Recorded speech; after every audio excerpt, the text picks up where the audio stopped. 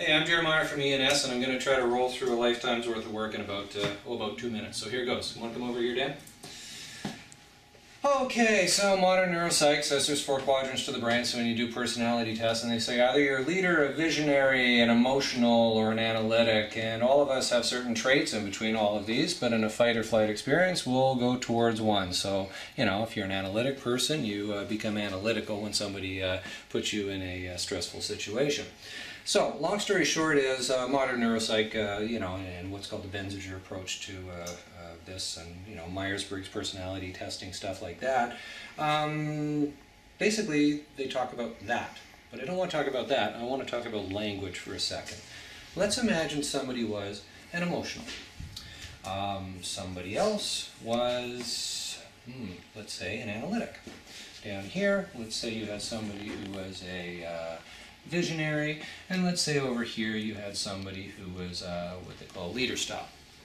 Okay, the question is, why are we all here? What's the purpose? What is our mission? I wouldn't say the meaning of life, but I'd say it's the wrong question to ask. It's more like, for a visionary, what ideas do you want to assess? For a leader, it is, what do you want to determine and act upon? For an emotional, it's what feeling do you want to experience? And for an analytic, it is, I seek to understand, prioritize, and complete. So, let's go through this.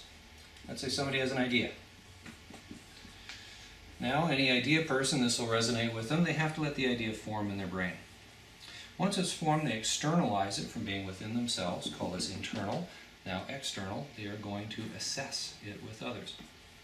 Now great ideas that have immediacy, leader style would say, I just want to determine if this is an opportunity and I want to act upon it and then serve it out to others.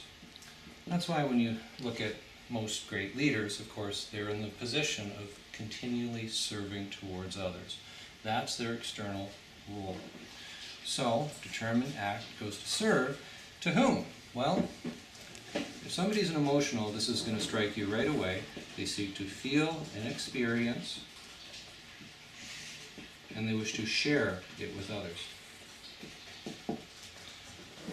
Now, if it's a sales cat watching this and they're a leader or action person, what you're going to notice about it is that emotional trigger that just happened after somebody is determined to act and closed a deal, served it, is the emotional trigger is that honeymoon period after somebody has made a decision to purchase. Analytic seeks to understand, prioritize, and complete. Now I want you to notice there's 4 walls here. We only talked about 3 in each. Well, the back eddy is this. A person who's a visionary likes ideas to form, to assess. Their difficult part is to formalize. Leader or action person, determine, acts, and serves. Their difficult part is store. Person that feels, experience, to share. Their difficulty is impressing that emotion upon others. Person that is an analytic seeks to understand, prioritize, and complete. Once they've completed a task, you'll know that communicate is the most difficult part. I mean communicating in the fashion of a repetitive style. They look at it as, I've completed it, why do I have to do it again? So, the bottom line is, there's linguistics going on here. There's a language between people and a flow of information that goes clockwise in the brain, in an intercommunication between people. Within that, there is a counterclockwise, where if you seek to formalize something, communicate it with others, you know that an emotional person can impress it, and then it is stored for the long term. That is a backwards eddy that then pushes other things faster forwards.